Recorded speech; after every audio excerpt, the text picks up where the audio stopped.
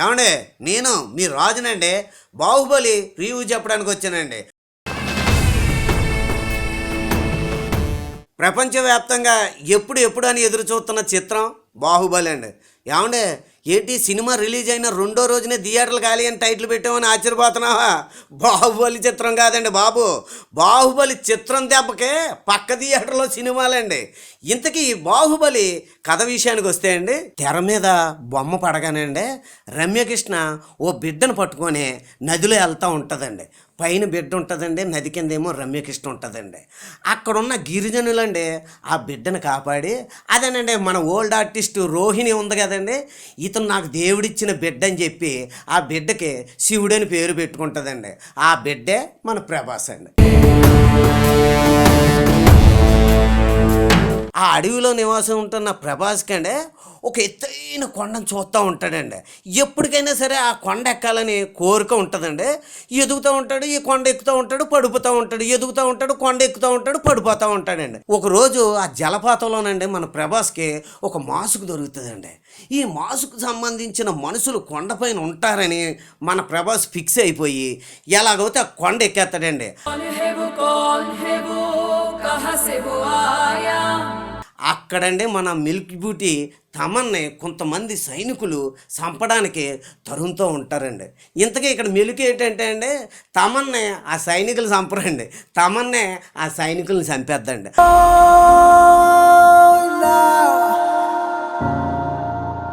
అక్కడ తమన్నని చూసి మన ప్రభాస్ ప్రేమలో పడతాడండి. ఓ సందర్భంలో తమన్ను కూడా ప్రభాస్ ప్రేమలో పడుతుందండి. కానీ తమన్కి ఓ లక్ష్యం ఉంటుందండి. లక్ష్యం అంటే ఏ సాఫ్ట్వేర్ ఇంజనీరో డాక్టరో కాదండి బాబు, దేవసేన అనే ఒక మహారాణిని రక్షించే లక్ష్యం అండి. దేవసేన అంటే ఎవరో అనుకుంటున్నారా? మన అనుష్క అండి బాబు. మన ప్రభాస్ హీరో కదండి, నీ లక్ష్యం నా లక్ష్యం కదా అని చెప్పేసి ఆ దేవసేనాన్ని నేను తీసుకొస్తానని కోటకు బయలుదేరాడండి. అక్కడ దేవసేనాన్ని బంధించింది ఎవరండి? రాణా అండి. మరి రాణా దగ్గర నుంచి మన దేవసేనాన్ని అదే అనుష్కని తీసుకురావడం అంటే మాట్లాడే, అయినా సరే తీసుకొచ్చాడండి మన ప్రభాస్.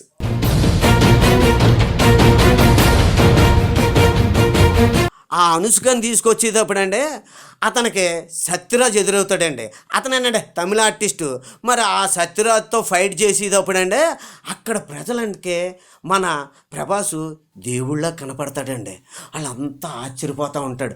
మనల్ని కాపాడడానికి వచ్చిన దేవుడురా అని చెప్పేసి అందరూనండి ప్రభాస్కి చేతులు ఎత్తి దండం పెడతారండి. అదేనండి మన ఛత్రపతి సినిమాలో లాగా ఛత్రపతి ఛత్రపతి ఛత్రపతి అన్నట్టు ఈ సినిమాలోనండి బాహుబలి బాహుబలి బాహుబలి అంటూ ఉంటారండి. ఈ ప్రభాస్కి ఆశ్చర్యం వేసి వాళ్ళందరూ ఇంకా ఒకసారి అలా చూసి, వీళ్ళందరూ ఎందుకు నా వంక అలా చూస్తున్నారు, నేనెవరిని అని చెప్పేసి ఆ ఆశ్చర్యంలో ఉండిపోతాడండి మన ప్రభాస్. ఇలా కథ రసవత్రంగా సాగుతూ ఉంటుందండి. ఇంతకీ బాహుబలి ఎవరు? అక్కడున్న బల్లాల దేవ అదేనండి మన రాణాకి ఈ బాహుబలికి శత్రుత్వం ఏంటి, అనుసుగానే ఆ కోటలో మన రాణా ఎందుకు బంధించాడు, మరి ఇవన్నీ తెలుసుకోవాలంటే అండి బాహుబలి సినిమా చూడవలసిందేనండి.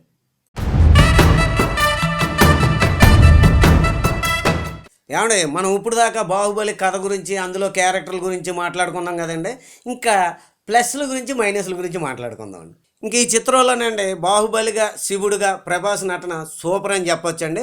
అలాగే మొదటిసారిగా రానా విలన్గా నటించి సూపర్ అనిపించుకున్నాడండి. తమన్నా తన అందచందాలతో బాగా ఆకట్టుకుంది. అలాగే అనుష్క కూడా ఉన్నది 5 నిమిషాలైనా పర్వాలేదు అనిపించిందండి.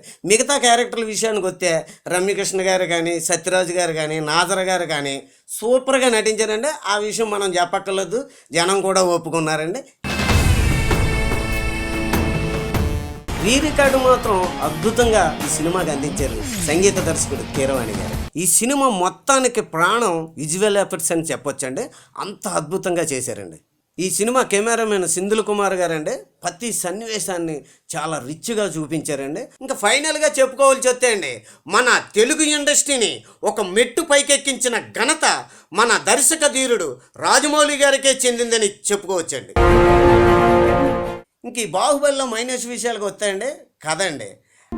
పైన దెయ్యాలు భూతాలు ఉంటాయి, చిన్నపిల్లల్ని పీకు తినేస్తాయి. కథ పూర్తిగా చెప్పకుండానండి మధ్యలో వదిలేసాడండి.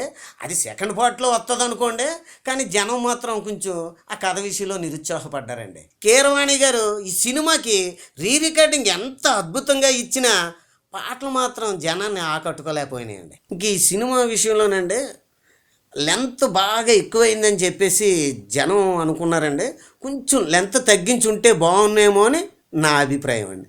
ఇంక ఈ సినిమాలో కామెడీ విషయానికి వస్తాయండి, పూర్వకాలం రాజుల సినిమాలోనండి ఒక రాజకుమారుడు ఉంటే ఆ పక్కన ఒక కామెడీ ఆర్టిస్ట్ ఉండి కామెడీని బాగా పండించేవాడండి. ఇందులో ఆ కామెడీ లేకపోవడం కూడా బాహుబలికి ఒక మైనస్ అనే చెప్పొచ్చండి. సరే అండి రాజుగారు, ఇంతకు మీ మనసులో మాట చెప్పండి. చెప్పడానికి ఏముందండి, చందమామ కథల్ని సినిమాగా తీస్తే ఎంత అందంగా ఉంటుందో అంత అందంగా ఉందనుకోండి. కాకపోతే ఆ గ్రాఫిక్స్ లేని రోజుల్లోనే కృష్ణ గారు కురుక్షేత్రం సినిమా చాలా అద్భుతంగా తీశారండి. మరి దాంతో పోల్చుకుంటే ఈ సినిమా రాజుగారు మనసులో మాట చెప్పమన్నారని చెప్పామండి.